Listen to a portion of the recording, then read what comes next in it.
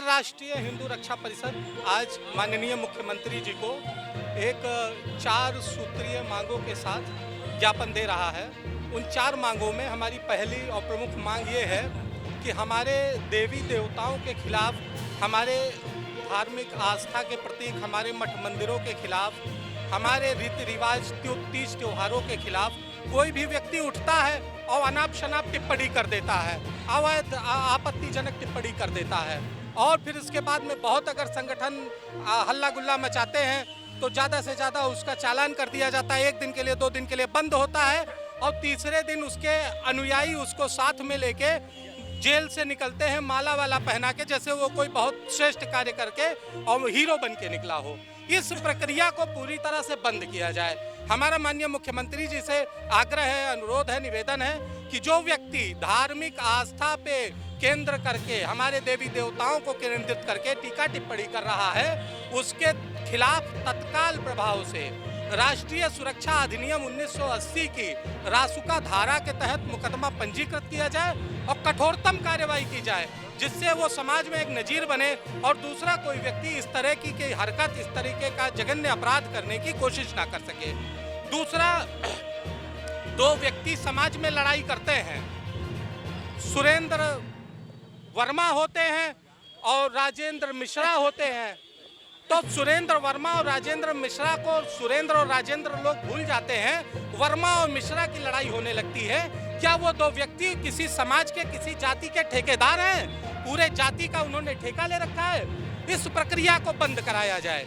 जब कभी किसी तरीके का हो, कोई जातीय टिप्पणी करे किसी भी जाति के खिलाफ, ब्राह्मण, क्षत्रिय, वैश्य, शूद्र, किसी भी जाति के खिलाफ यदि टीका टिप्पणी कोई कर रहा है तो उसके ऊपर भी रासुका के तहत कार्रवाई हो, उसके खिलाफ मुकदमा दर्ज करके और उसको 1 साल तक जेल से बाहर निकलने की व्यवस्था ना बनाई जाए। यदि इस तरीके का कार्य सरकार कर देती है तो जो सरकार का मिशन है, माननीय योगी आदित्यनाथ जी का मिशन है, मंचों से और सभाओं में कह रहे हैं एकजुट होना है, एकता लाना है, तो एकता लाने के लिए ये एंटीबायोटिक का काम करेगी। इस सूत्र के माध्यम से पूरा समाज एकजुट हो जाएगा।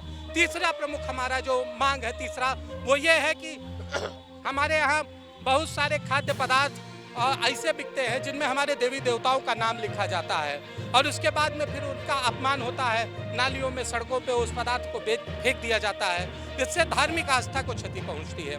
तो हमारा माननीय मुख्यमंत्री जी से आग्रह है कि इस तरीके का कोई कानून लेके आए और तत्काल प्रभाव से कोई ऐसा आदेश पारित करे कि जो व्यक्ति हमारे धार्मिक आस्थाओं और हमारे देवी देवताओं के नाम का प्रयोग करके किसी भी पदार्थ को बेच रहा है, व्यावसायिक पदार्थ को, उसका तत्काल प्रभाव से उस पर रोक लगाई जाए। और इसी के साथ हम सारे सनातनियों से हाथ जोड़ के अनुग्रह कर रहे हैं आप सभी टीवी चैनलों के माध्यम से कि आज की तारीख से संकल्प ले लीजिए, उस पदार्थ को कतई मत ग्रहण कीजिए जिसमें हमारे देवी देवताओं का नाम लिखा हुआ हो। आप बंद कर दीजिए, बनाने दीजिए, वो विवश हो जाएंगे, बंद कर देंगे। माननीय मुख्यमंत्री जी जो धर्म ध्वजावाहक कहे जाते हैं, जो पूरे देश में हिंदुत्व के सारथी कहे जाते हैं, उनसे आग्रह है हमारा कि इन प्रमुख बिंदुओं को संज्ञान में लें और तत्काल प्रभाव से इन पर कार्रवाई करें। त्वरित कार्रवाई करने से पूरे समाज में हर्ष आएगा और पूरे समाज को बड़ा आत्मबल मिलेगा।